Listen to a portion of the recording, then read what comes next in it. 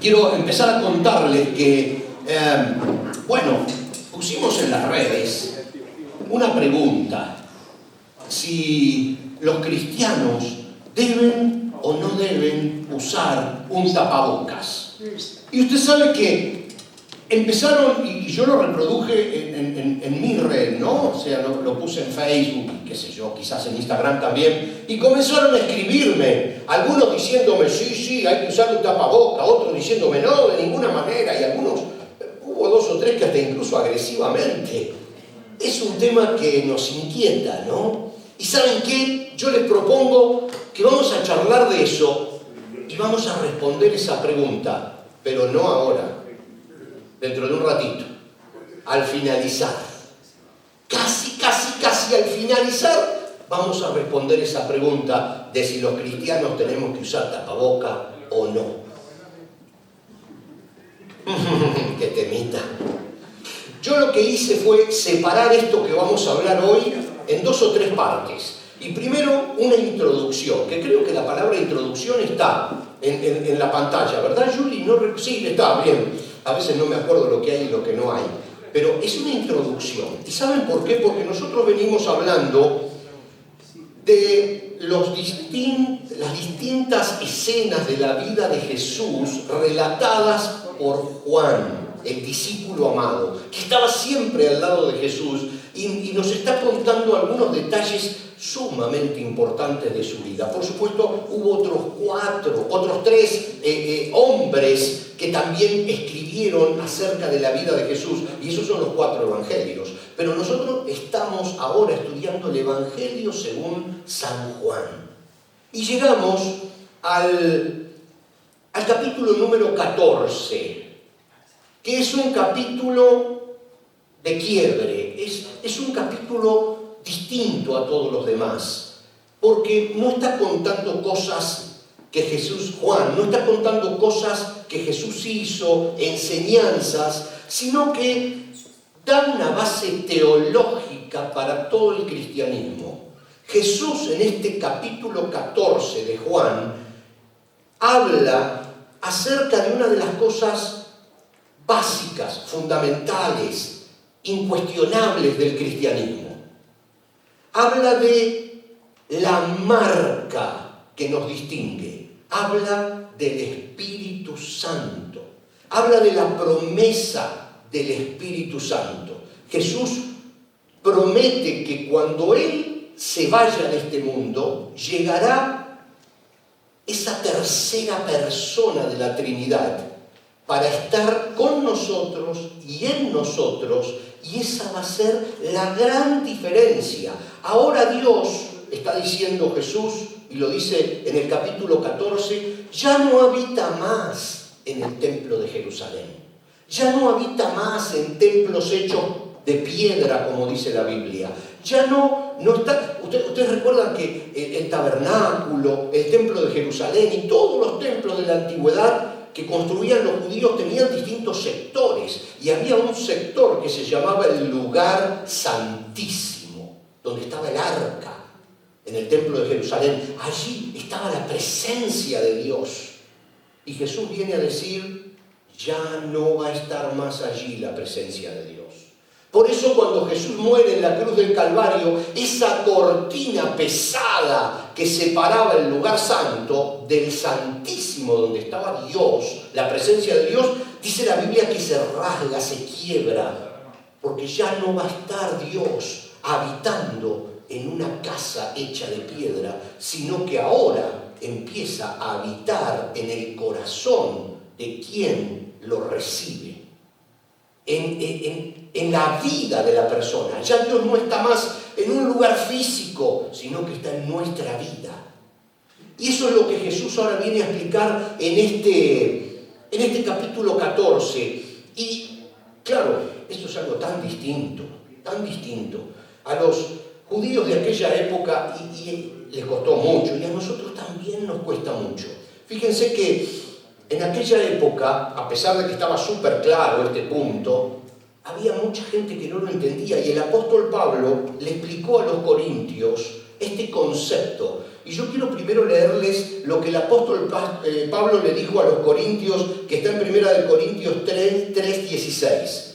Les dice, ¿no se dan cuenta de que todos ustedes juntos son el templo de Dios y que el Espíritu de Dios vive en ustedes? Ellos no se daban cuenta, y a veces muchos de nosotros no nos damos cuenta que Dios vive acá adentro,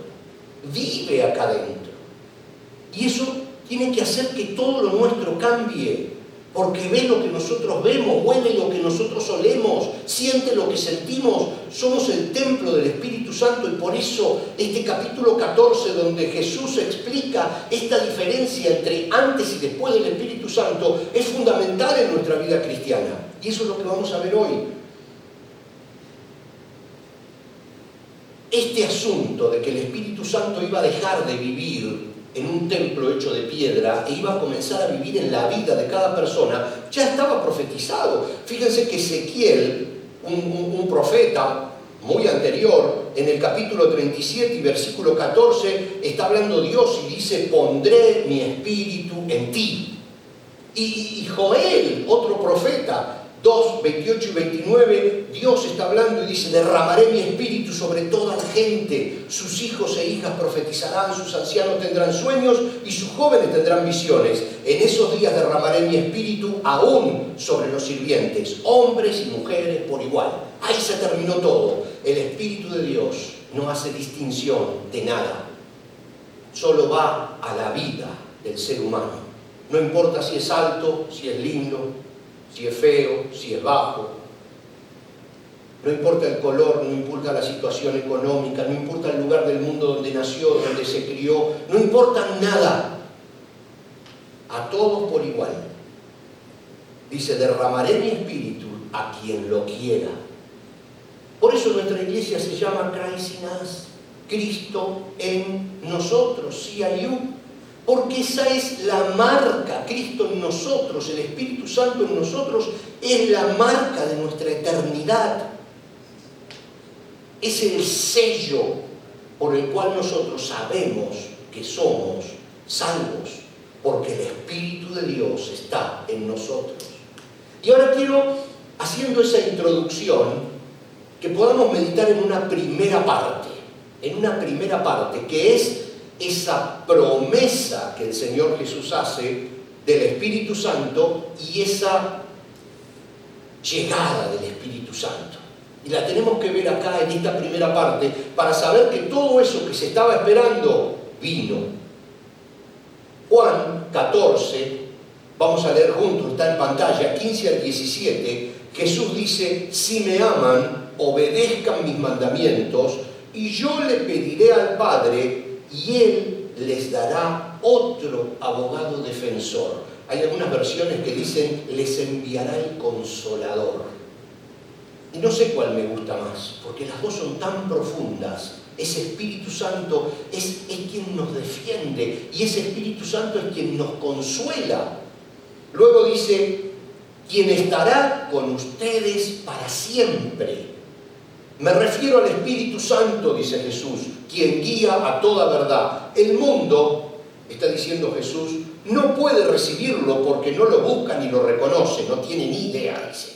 Pero ustedes sí lo conocen, porque ahora Él vive con ustedes. Él está hablando en tercera persona, fíjense. Está hablando de Él. Porque Él es parte de la Trinidad, Padre, Hijo y Espíritu Santo. Dice, ahora Él vive con ustedes.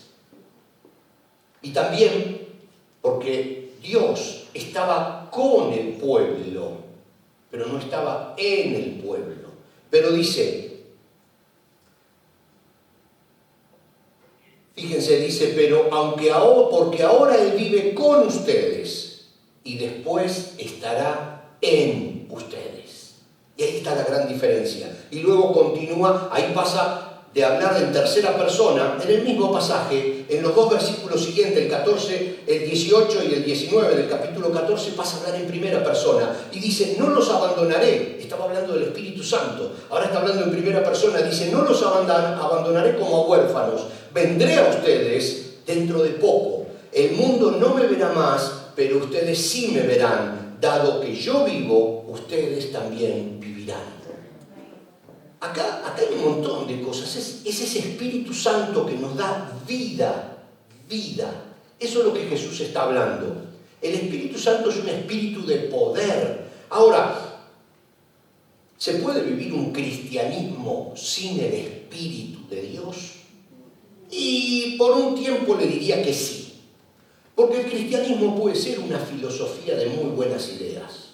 Puede ser altos ideales, puede ser ética en la vida. Pero cuando llega el momento de tener poder o no tener poder, si no está el Espíritu, no hay poder. ¿No hay poder para qué? No hay poder para vencer la tentación. No hay poder para tener una vida victoriosa. No hay poder para tener consolación en medio del dolor. No hay poder. Entonces, el cristianismo sin Cristo es solo una filosofía muy buena, pero solo una filosofía. El cristianismo es cristianismo cuando el Espíritu de Dios está en el cristiano. Cristo en nosotros, dice la Biblia, esperanza de gloria. Esa es la gran diferencia. Por eso somos Craisinás, porque no hay cristianismo sin Cristo en nosotros. No hay nada, es solo filosofía. Cristo en nosotros es la gran diferencia.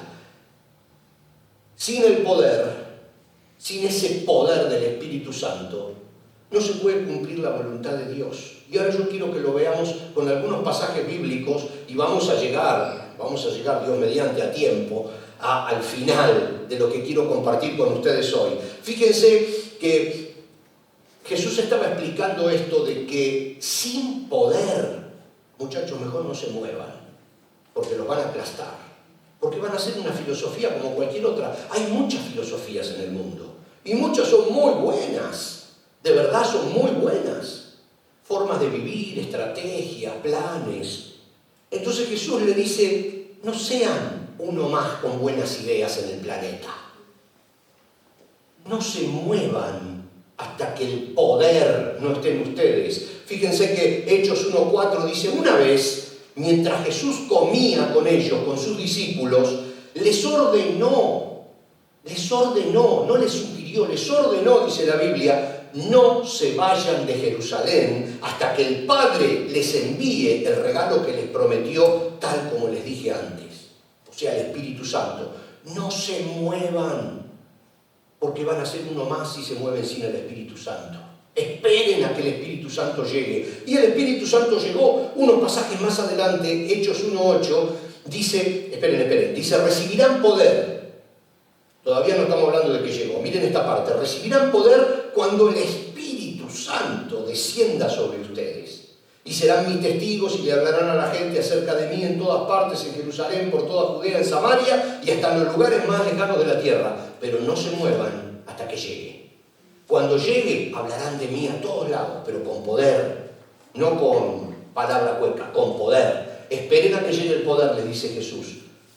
Y el Espíritu Santo llegó 50 días después de que Él se había ido al cielo. Después de la resurrección, 50 días. Y era el día de Pentecostés. Y eso hay mucha confusión con ese tema.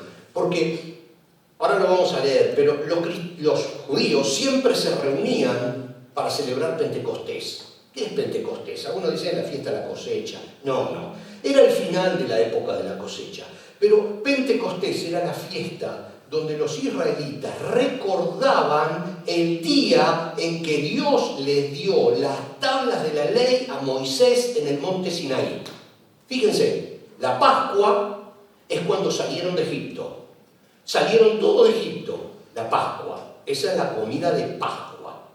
Luego pasaron 50 días y llegaron a las laderas del monte Sinaí y Dios le dio a Moisés las tablas para el pueblo, 50 días después. Después tuvieron que 40 años más, se quedaron en el desierto por todos los problemas que pasaron. Pero en realidad llegaron al monte Sinaí en 50 días y tenían unos días más y ya hubieran llegado a la tierra prometida si hubieran entendido, pero no entendieron. Pero no importa. 50 días después se celebra la fiesta de Pentecostés. Entonces dice la Biblia, Hechos 2, 1 al 4, el día de Pentecostés. cuando estaban celebrando esta fiesta de recordación, todos los creyentes estaban reunidos en un mismo lugar. Dice, de repente se oyó un ruido desde el cielo parecido al estruendo de un viento fuerte e impetuoso que llenó la casa donde estaban sentados. Luego, algo parecido a unas llamas o lenguas de fuego aparecieron y se posaron sobre cada uno de ellos, y todos los presentes fueron llenos del Espíritu Santo. Ese Espíritu Santo prometido llegó 50 días después para quedarse. No tiene que volver a venir, ya está. Llegó para quedarse, para habitar en la vida de cada persona.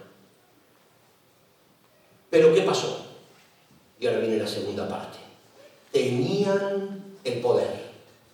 Nosotros tenemos el poder, porque el Espíritu de Dios está en nosotros. Esa es la gran diferencia del cristianismo con todo lo demás. Con todas las demás filosofías y estrategias de vida y religiones del mundo, el cristianismo es Cristo en mí. Esa es la gran diferencia. Entonces ahora vamos a ver esta segunda parte. ¿Qué les pasó a ellos? ¿Qué les pasó? Recibieron el Espíritu Santo. Fueron los primeros. ¡Wow! Fiesta. Miren lo que dice Hechos 2, 44 al 47. Todos los creyentes se reunían en un mismo lugar y compartían todo lo que tenían. ¡Qué felicidad! Adoraban juntos en el templo cada día, se reunían en las casas para la cena del Señor y compartían sus comidas con gran gozo y generosidad. Dice, todo el tiempo alabando a Dios y disfrutando de la buena voluntad de la gente. Estaban todos juntos, contentos en Jerusalén, y se olvidaron que Jesús les dijo, quédense hasta que llegue el Espíritu Santo y después salgan a predicar mi evangelio hasta los confines de la tierra. Se olvidaron, ¿por qué? Porque era cómodo, porque era bárbaro, incluso la gente los trataba bien, estaban contentos, compartían las cosas, los hermanos que tenían problemas económicos venían allí y los que tenían abundancia los ayudaban, y se había hecho una comunidad, incluso compartían los alimentos juntos y la pasaban bien. Me imagino que cantarían como cantamos nosotros, la pasaban bien y estaban contentos, hasta que un día uno de los discípulos, no de los apóstoles, un discípulo que era diácono en la iglesia, se llamaba Esteban, tuvo una discusión muy fuerte con los sacerdotes del templo judío, con el Sanedrín. Terminaron juzgándolo, condenándolo a morir apedreado, y lo mataron a piedrazos. Y la muerte de Esteban generó una persecución atroz. La Biblia dice, Hechos 8:1, ese día que mataron a Esteban, comenzó una gran ola de persecución que se extendió por toda la iglesia de Jerusalén, y todos los creyentes, excepto los apóstoles, fueron dispersados por las regiones de Judea y Samaria. Y Hechos 8:4, apenas un par de versículos después, dice, así que los creyentes que se esparcieron predicaban la buena noticia acerca de Jesús a donde quiera que iban. ¿Qué cosa? Tuvo que venir una persecución, tuvo que morir gente para que recordaran que ellos tenían que salir a predicar el Evangelio, que habían sido llamados para anunciar las virtudes de aquel que los rescató de las tinieblas a su luz admirable, como dice la Biblia, en una versión antigua que me acuerdo. Se habían olvidado y estaban contentos, atornillados a sus sillas.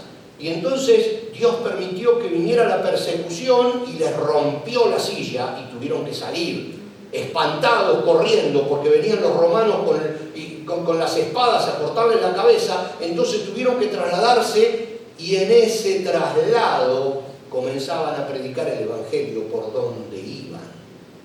Por donde iban. Se habían autoacuartelado.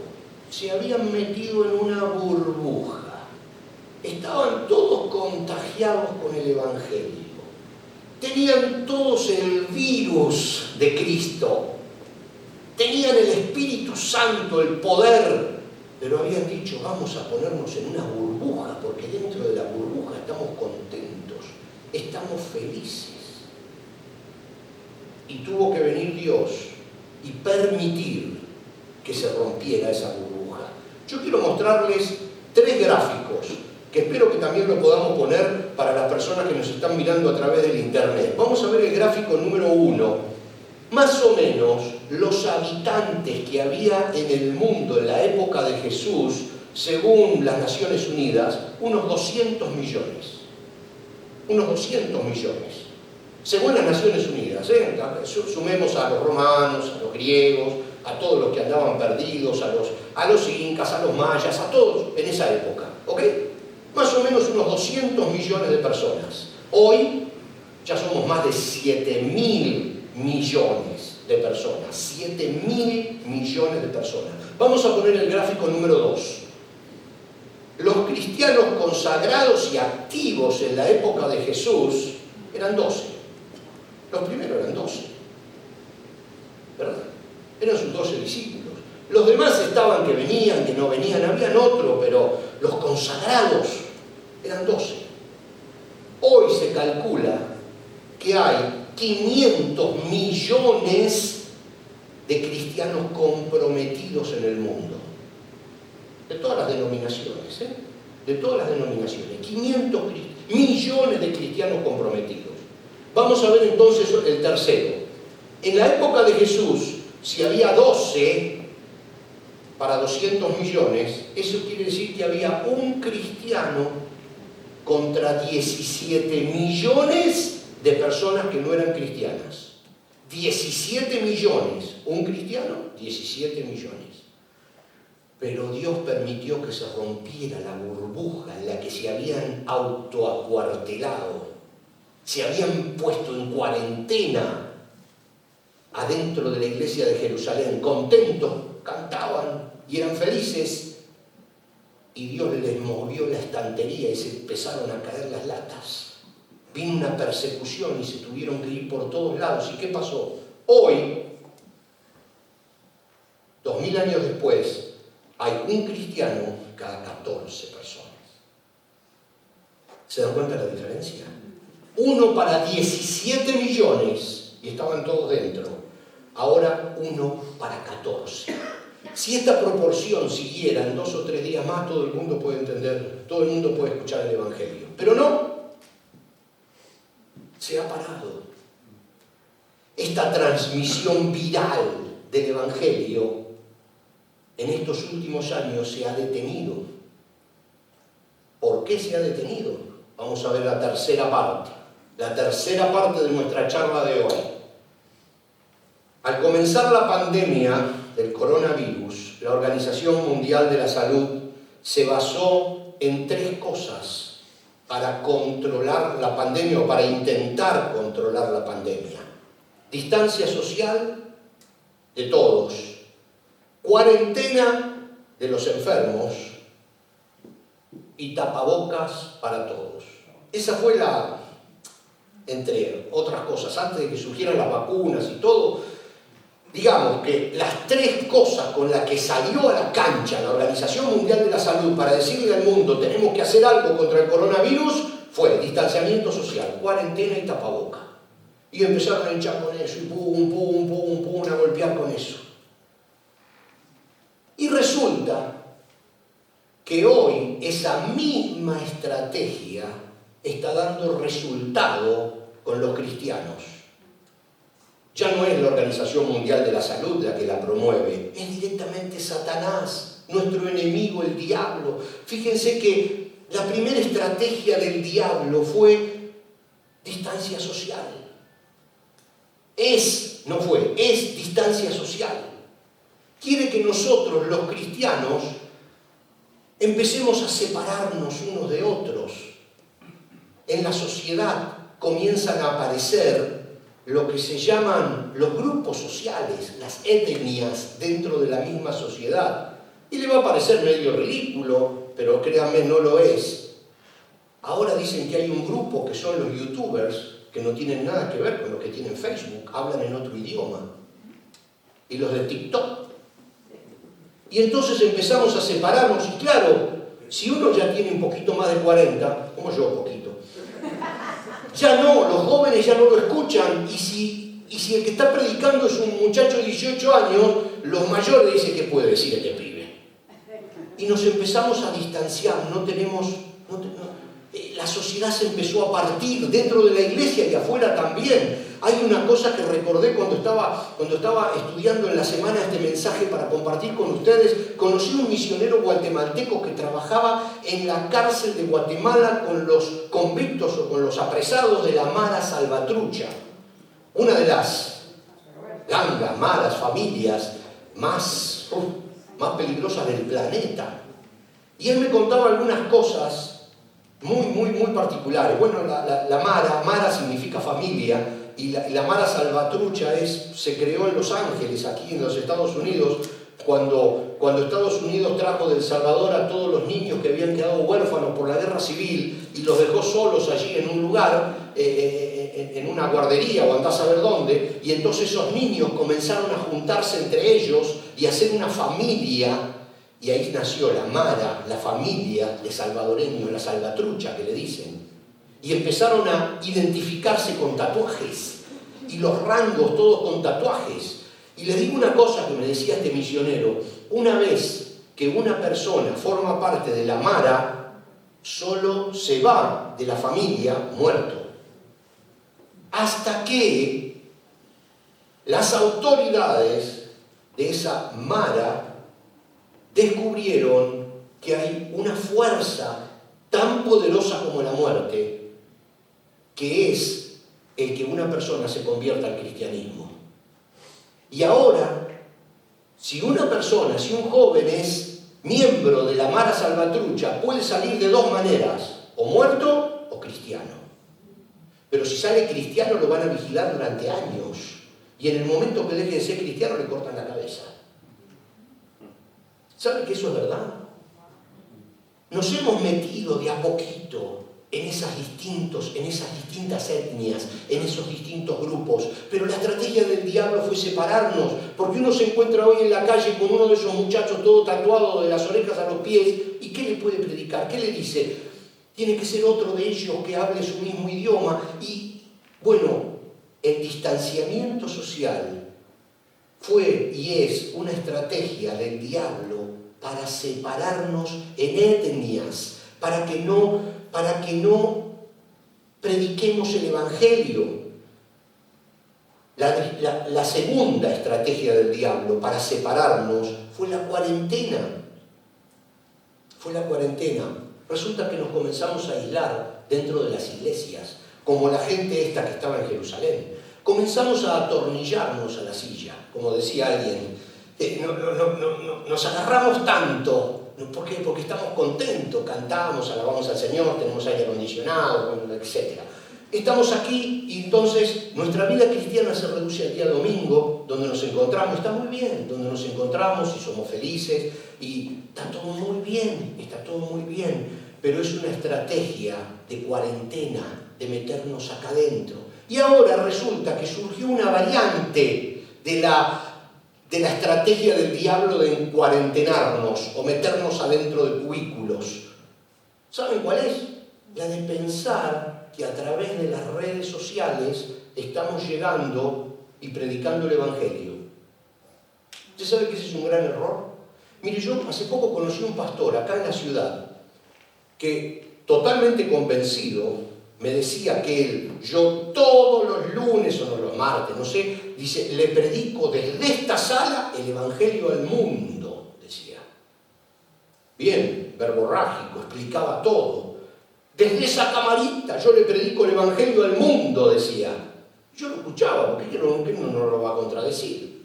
Pero cuando llegué a mi casa lo busqué en las redes. Tenía 18 seguidores en YouTube.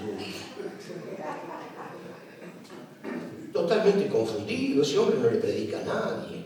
O los que predican por la radio y se ponen a los gritos. Ahora usted que me está yendo, ni la madre lo está escuchando. Pero lo que pasa es que pensamos que estamos predicando el Evangelio y no lo estamos haciendo.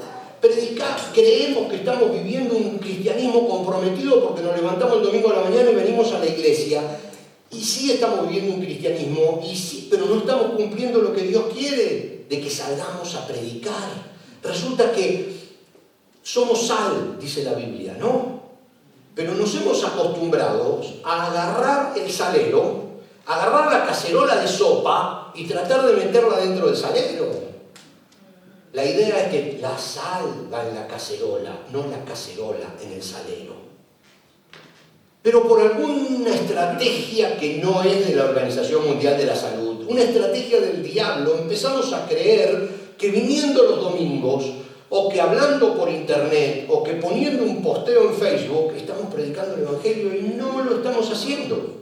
No lo estamos haciendo. Y por eso esa proyección terrible de que pasó de un cristiano a 17 millones a 1 a 14, se paró. Porque la iglesia otra vez se enfrió, se acostumbró. Mateo 28, 19 dice, por lo tanto, vayan y hagan discípulos a todas las naciones, bautizándolos en el nombre del Padre, del Hijo y del Espíritu Santo.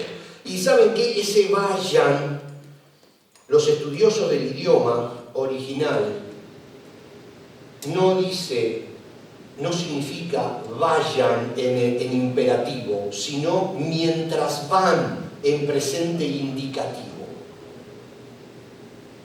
Lo que el Señor Jesús está diciendo no es vayan a predicar el Evangelio a otro pueblo. No está diciendo múdense al sur de África a predicar el Evangelio. No vayan a Nicaragua o a otro país a predicar el Evangelio. Sí van, sí pueden ir, pero predíquenlo mientras que van. El concepto es, no esperemos un plan para predicar el Evangelio. Prediquemos el Evangelio mientras vivimos. Ese es el concepto viral del Evangelio. Ese es el concepto viral. Porque la tercera estrategia es el tapabocas. ¿Saben lo que es un tapabocas? Y no es ese pedacito de tela que está por acá. Porque este pedacito de tela, ponérselo o no ponérselo, no afecta nada. Porque no es lo que entra por la boca lo que lastima a la persona, sino lo que está dentro del corazón. No es lo que entra por la boca lo que contamina, sino lo que sale del corazón. Entonces no es esto, que ahora vamos a hablar de esto también, pero es ese dejarnos estar pensando en que, bueno, vamos a ir a predicar el Evangelio el próximo domingo cuando tengamos un evento evangelístico.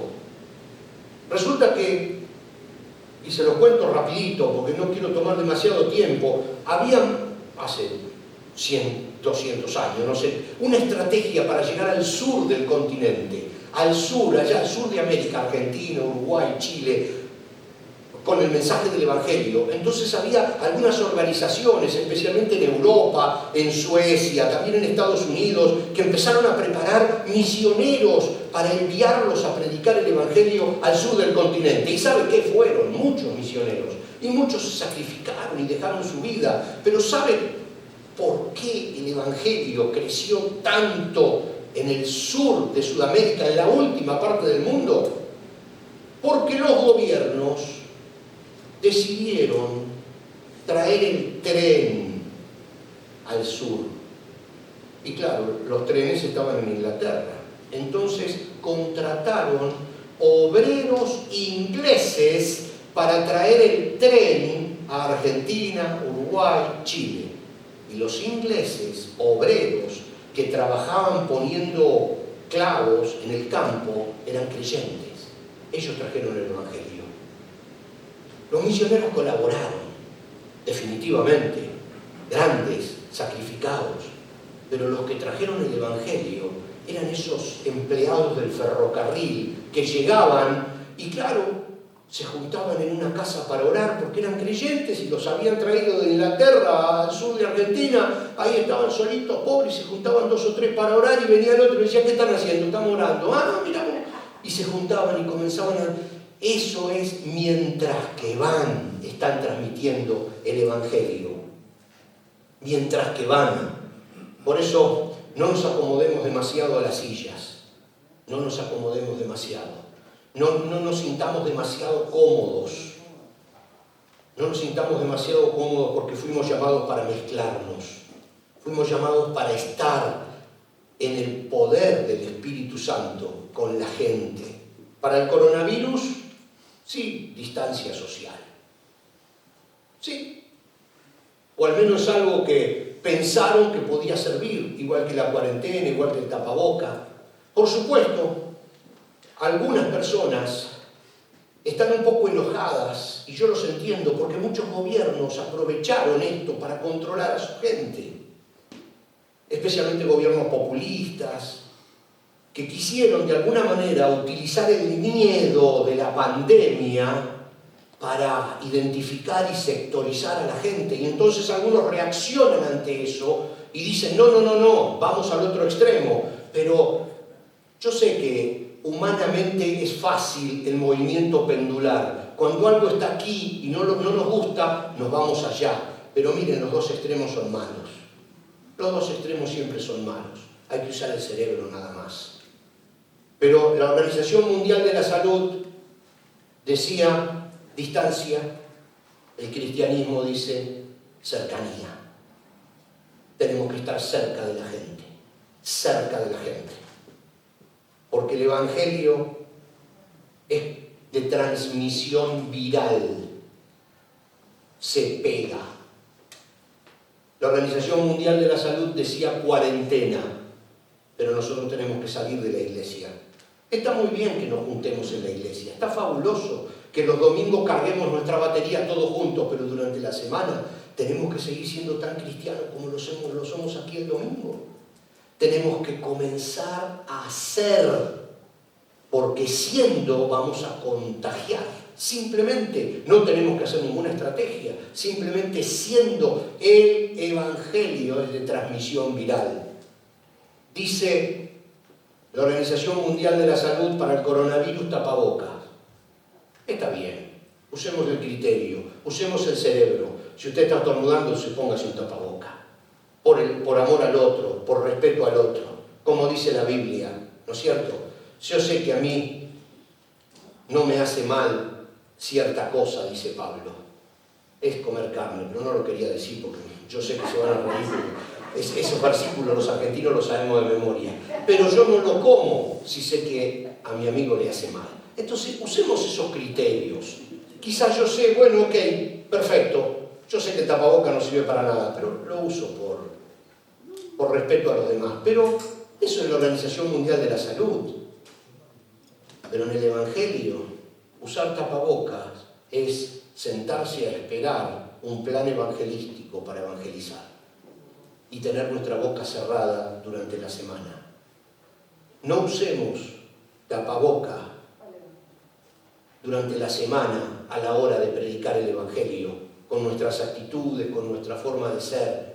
No usemos distancia social, estemos cerca de la gente y no nos quedemos encerrados en la iglesia o pensando que con un comentario en Facebook o en Instagram o en YouTube vamos a hacer la diferencia.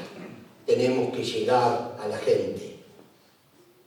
Mientras andamos por el camino, predicar el Evangelio. Con nuestra manera de ser, con un buen consejo, con una palmadita en la espalda al que sufre, con un pasaje bíblico en el momento adecuado, con un poquito de esperanza al que no tiene más esperanza.